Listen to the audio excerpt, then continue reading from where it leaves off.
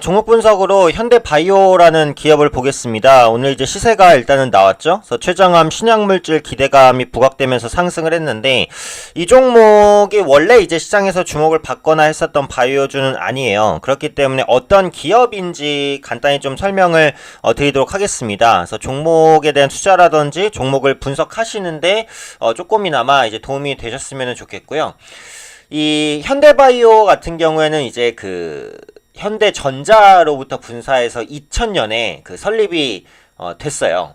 그래서 지금은 피부용 비타민C 신물질인 비타브리드라는 것을 원료로 한 바이오 화장품을 생산을 하고 있습니다. 써드리면 피부용, 글씨를 좀 크게 할게요. 네, 피부용 비타민C 신물질이라고 해요. 그래서 비타브리드 원료로 바이오 화장품, 그리고 약모제, 제조, 판매업체다. 이렇게 보시면 될 것 같아요. 그래서 뭐 대부분의 이제 제약바이오주들이 그렇지만 실적은 뭐 그렇게 좋지는 않습니다. 그래서 향후 기대감이 뭐 어느 정도가 반영이 되냐, 이제 이게 중요한 것이고, 현대바이오 같은 경우에는 IT 사업부를 작년에 중단을 했어요. 그래서 아까도 말씀드렸듯이 현대전자로부터 분사해서 2000년에 설립이 됐었던 상황이기 때문에 IT 사업군들을 어느 정도 유지를 해왔어요. 그런데 기존에 영위하던 IT 사업을 이제 작년에 2018년에 정리를 했습니다. 그리고 이제 작년 8월에 상호를 지금의 현대바이오, 정식 명칭은 현대바이오 사이언스고요.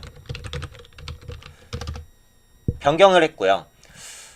최근에는 이제 아까 지금 말씀드린 이 비타브리드, 비타브리드를 이용한 바이오 화장품을 비롯한 사업이라든지, 지금 최대 주주가 CM팜이거든요. 그래서 CM팜과 공동으로 백내잘 수술 후에 뭐 염증 치료용 신약이라든지, 그리고 오늘 이제 모멘텀이 되고 있는 부분인 췌장암 치료 신약이라든지 이런 이런 부분들을 계속해서 진행을 하면서 사실은 이제 외형 성장에 대한 기대감을 조금씩 주었었던 이제 그런 기업이라고 보시면 될 것 같아요. 근데 이제 신약에 대한 기대감으로서 움직이긴 했지만 기본적으로는 바이오 화장품 사업이 현재는 주력 사업이에요. 그래서 이 부분이 나중에 신약 기대감으로 좀 연결돼서 바뀔 수 있을지는 모르겠지만 현재는 일단 바이오 화장품이 주요 사업이라고 보시면 될 것 같고, 지금 화장품 시장 같은 경우에는 뭐 성장산업이라고는 보지만 워낙에 경쟁이 심합니다. 그리고 사측에서도 바이오 화장품 같은 경우에도 앞으로 경쟁이 심할 것으로 보여지고 있기 때문에 지금 현대바이오 같은 경우에도 바이오 화장품을 계속해서 늘리는 것보다는 신약 연구 개발에 이제 매진하고 있어서 그에 따른 성과 기대감에 의해서 앞으로 주가가 좀 움직여질 가능성이 현재로서는 이제 조금 더 높다라고 보시면 될 것 같아요. 그래서 지금은 생산 공장이나 이런 부분들도 대부분 이제 바이오 화장품을 생산하는 이런 부분에 포커스가 맞춰져 있어요. 그래서 앞으로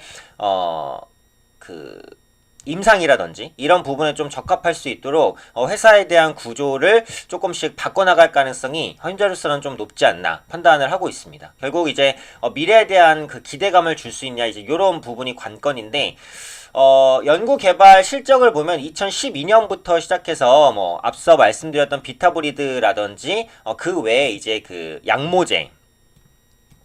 약모제라는 것은 이제 뭐 모발 촉진제 이렇게 보시면 될 것 같아요. 그래서 탈모 방지라든지 이렇게 약모 효과가 있는, 머리가 날 수 있는 이런 효과가 있는 이런 보급형 제품들을 2013년에 또 양산을 했어요. 그래서 바이오 화장품과 약모제 부분 주사업으로 영위하고 있고, 연구개발에 대한 실적들도 좀 꾸준하게 나오고 있다. 근데 기본은 이제 이 비타브리드를 원료로 한 바이오 화장품이다. 뭐 요 정도로 봐주시면 될 것 같고요. 그래서 오늘 모멘텀이 된 부분을 보면은 췌장암 치료제에 대한 부분이죠. 그래서 동물 실험에서 췌장암 완치에 가까운 결과를 도출했다. 사실 신약에 대한 기대감에 의해서 보통 주가가 상승을 할 때는 임상 2상이라든지 임상 3상 정도에서 보통 이제 주가가 급등하는 경우가 많이 나오는데, 오늘 같은 경우에는 이제 이건 사실상 전임상이란 말이에요. 제가 이전에도 임상 단계 영상을 올려드렸지만 동물 실험에서 췌장암에 따른 성과를 발현했다라는 건데, 동물 실험밖에 안 됐는데도 이렇게 급등하는 것은 앞서 말씀드렸듯이 췌장암이 거의 완치에 가깝게 결과를 도출해냈다는 거예요. 그만큼 사람에게 투여했을 때도 기대감이 높다라는 거고, 조만간 이제 사람을 대상으로 한 임상에 들어갈 것으로 좀 보여지고 있죠. 조금 더 자세한 부분을 보면은 그 뉴스를 볼 때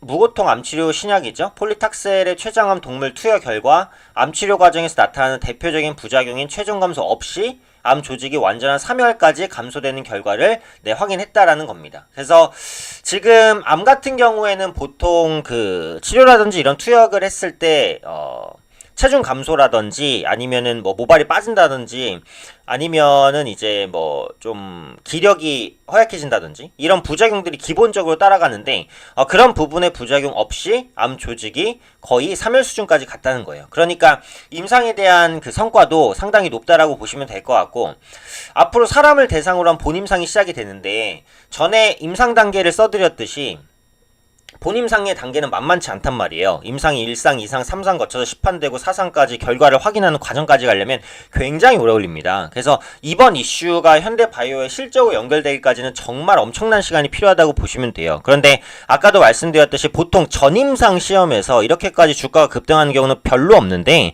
이번 같은 경우에는 그 효과가 탁월했다라고 지금 시장이 평가를 하고 있기 때문에 시장의 모멘텀이 됐다라는 부분이고, 두 번째는 전에도 말씀드린 대로 지금 시장 분위기 자체가 침체돼 있어요. 오늘도 양시장이 부진하고, 그러다 보니까 개별 종목 위주로만 수급이 돌고 순환매가 도는 장세가 연속되기 때문에 이렇게 개별적인 이슈를 가진 종목군들이 급등할 수밖에 없다라는 부분.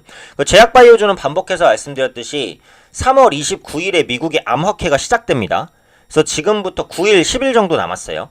그래서 그때까지는 제약바이오주가 순환매를 보일 수 있기 때문에 이런 부분들도 좀 확인해 보자 라는 말씀 드렸습니다. 그래서 개인 투자자분들께서 뭐 익숙하신 종목 말고도 중소형 제약바이오사 중에 주가가 조금 많이 하단이라든지 좀 떨어져 있는 구간에 있는 종목군들은 꾸준히 좀 관심 있게 보실 필요는 있겠다, 이제 이렇게 보시면 될 것 같고요.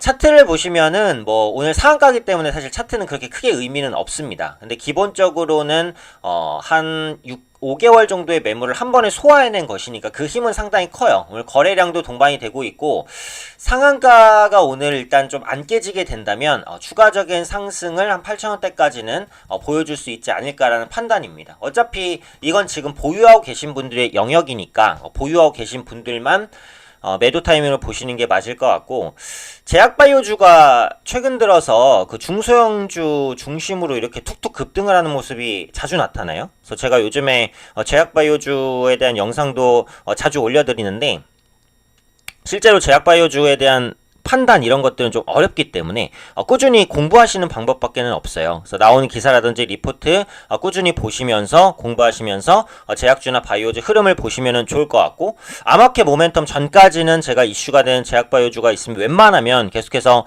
다뤄드리려고 하니까 그런 부분들도 참고하셔서 투자하시는데 도움 받으셨으면 좋겠습니다.